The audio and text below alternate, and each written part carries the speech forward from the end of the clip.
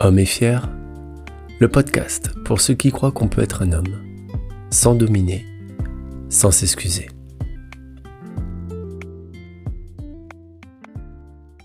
Il y a des mots qui blessent, d'autres qui divisent, et certains comme féministes qui font peur. Pas parce qu'ils sont mauvais, mais parce qu'ils réveillent quelque chose qu'on ne sait pas trop comment nommer. Moi, ce mot-là, je l'ai longtemps gardé à distance. Par gêne, par peur, ou peut-être juste par réflexe. Et puis un jour, autour d'un repas, j'ai vu ce mot créer un vrai malaise, et j'ai compris qu'il fallait en parler. Pas pour convaincre, pas pour prendre parti, mais pour poser une question simple. Est-ce qu'on peut être un homme et vouloir sincèrement l'égalité ? Et si ce mot dérange autant, c'est peut-être aussi parce qu'il bouscule ce qu'on croit être un vrai homme. Et si au fond, c'était ça le vrai sujet ? Pour commencer, je vais te raconter une scène. Rien d'exceptionnel, mais très révélatrice. Je dînais avec quelques amis, une discussion tranquille. Et puis l'un de nous lâche « Moi, je suis féministe ». Silence. Regard en coin.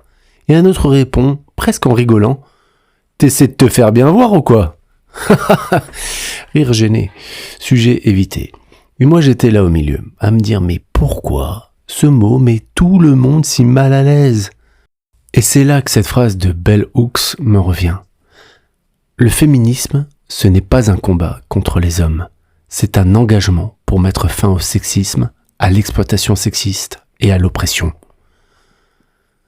C'est ce que j'aimerais qu'on explore ici. Sans drapeau, sans caricature, juste à hauteur d'homme. Quand un homme dit « je suis féministe », il y a souvent une réaction automatique. Comme si c'était suspect, comme s'il en faisait trop, et parfois c'est même pire, comme s'il trahissait son camp. Mais c'est quoi ce camp au juste ? On a l'impression qu'en se disant féministe, on remet en cause quelque chose de fondamental. Notre virilité, notre légitimité, notre fierté d'être un homme.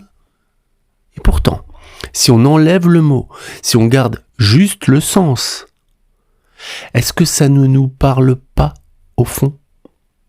Parce qu'on peut très bien vouloir plus de justice, plus d'équilibre, plus de respect, sans pour autant perdre qui on est. Mais il faut bien le dire, certains discours ne facilitent pas ce rapprochement. Il n'y a pas qu'un seul féminisme. Il y en a plusieurs, et c'est tant mieux. Il y a celui qui tend la main, celui qui cherche à comprendre, celui qui inclut, qui invite, qui construit avec. Et puis, il y a un autre féminisme, plus radical, plus en colère, plus tranché. Parfois, ce féminisme-là généralise. Il dit « les hommes sont ceci, et les hommes font cela ». Et là, beaucoup d'hommes décrochent.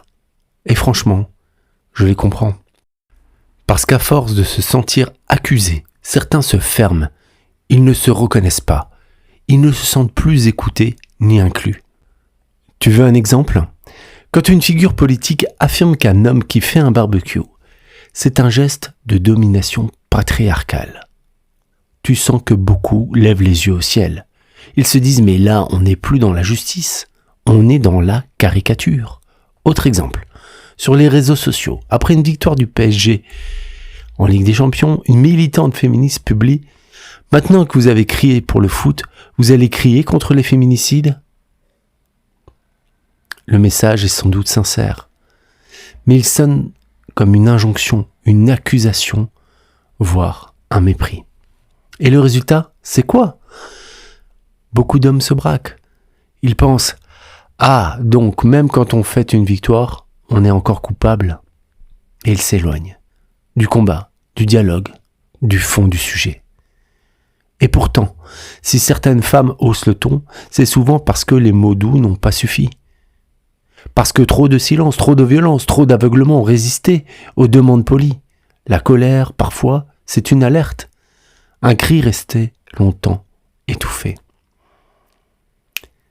Mais si on veut que les hommes bougent, qu'ils s'engagent, qu'ils soutiennent, Alors il faut aussi leur laisser une place, pas leur faire sentir qu'ils sont coupables d'avance. Le féminisme à l'origine, ce n'est pas une guerre contre les hommes, c'est une lutte contre l'inégalité, contre le sexisme, contre les rapports de domination. Si on enlève le mot, si on regarde juste l'intention, je crois qu'on est beaucoup déjà à vouloir plus de respect, plus d'écoute, plus d'équilibre, même si on ne le formule pas toujours comme ça. Alors, la vraie question, c'est peut-être pas « es-tu pour ou contre le féminisme ?», mais plutôt « quelle société veux-tu pour demain ?» Peut-être que toi, t'aimes pas ce mot, féministe. Il t'énerve. Il t'évoque des trucs trop radicaux, trop politiques, trop loin de ta réalité. Et c'est ok. Tu n'es pas obligé de porter le mot, mais tu peux porter l'intention, l'élan, le respect. Est-ce que tu crois que les femmes méritent les mêmes droits, les mêmes chances, la même liberté d'être ? Est-ce que tu veux un monde plus juste, où personne ne prend le dessus sur l'autre ? Si oui, alors t'es déjà en train d'avancer. Tu n'as pas besoin de slogans, tu n'as pas besoin de drapeaux. Ce que tu fais, ce que tu incarnes au quotidien, c'est déjà un message. Et si ça ressemble à du féminisme, tant mieux. Et si tu préfères appeler ça autrement, c'est pas grave. Ce qui compte, c'est pas le mot, c'est la direction. Et si on avançait à plusieurs, des hommes imparfaits, mais sincères, qui osent parler, écouter, ajuster. Il y a une chose que je ne disais pas avant, parce que ça m'obligeait à admettre un déséquilibre. Mais aujourd'hui, je le reconnais. Ce que j'ai appris de plus fort sur la masculinité, je l'ai souvent appris en écoutant les femmes. Pas dans des grands débats, mais dans leurs confidences, dans ce qu'elles vivent au quotidien, dans ce qu'elles encaissent, dans ce qu'elles ne disent plus, parce qu'elles en ont marre de répéter. J'ai écouté une femme me raconter qu'elle s'excusait d'exister au travail, juste pour ne pas passer pour une relou.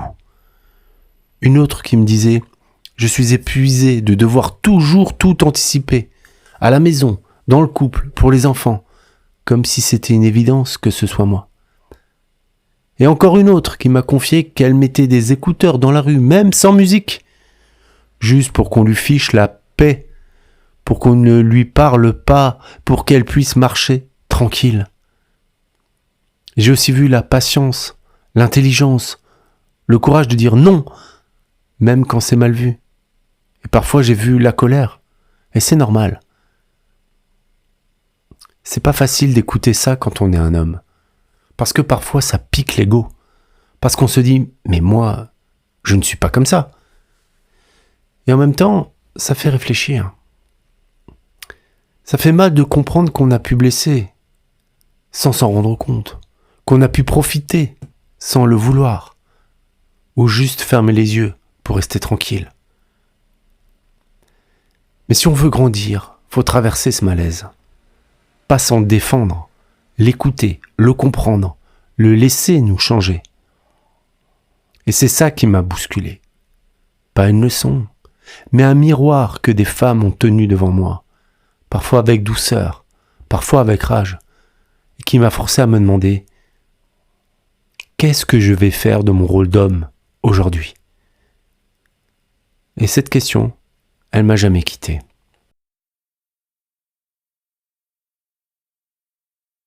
Je ne vais pas te mentir, même avec tout ce que j'ai appris, tout ce que j'ai lu, écouté, vécu, je continue à porter en moi des contradictions, des réflexes que je croyais dépasser, des attitudes que je critique chez les autres et que je retrouve encore parfois chez moi. Je pense qu'on peut vouloir bien faire et malgré tout porter en soi des automatismes qu'on n'a pas choisis, parce qu'on a grandi avec, parce qu'on les a absorbés sans y penser, et parce qu'ils ressurgissent parfois dans un mot, dans un geste, dans une absence. Je me suis déjà surpris à minimiser une remarque d'une femme, pas par mépris, mais par réflexe de défense. À interrompre une collègue, sans mauvaise intention, mais sans écouter vraiment. À laisser passer une blague sexiste, juste pour ne pas faire de vagues. Et à chaque fois, je m'en veux. Mais je me rappelle aussi que le but, ce n'est pas d'être parfait, c'est d'être lucide et de rester en mouvement. On a souvent peur de se revendiquer allié ou féministe, parce qu'on craint l'accusation d'hypocrisie. Comme si on devait être irréprochable pour avoir le droit de s'engager. Mais cette exigence d'exemplarité, elle paralyse, elle empêche les hommes d'oser dire « j'essaie, je veux mieux faire ». C'est pour ça que le témoignage de Laurent Baffy m'a marqué. Il a dit publiquement, sans fioriture « j'étais sexiste, j'ai été con, je le vois aujourd'hui, je demande pardon ». Pas d'ironie, pas de faux mea culpa, juste un homme avec ses années derrière lui, capable de lucidité, sans fierté mal placée. Et moi, je trouve ça fort. Parce que c'est ça que je cherche au fond. La capacité à regarder mes angles morts sans me détester, à reconnaître mes contradictions sans me cacher, et à continuer d'avancer un pas après l'autre. Je ne suis pas un modèle, mais je ne veux pas rester complice. Et toi, justement, qu'est-ce que ça réveille tout ça ? Tu t'es déjà trouvé face à une contradiction entre ce que tu crois et ce que tu fais ?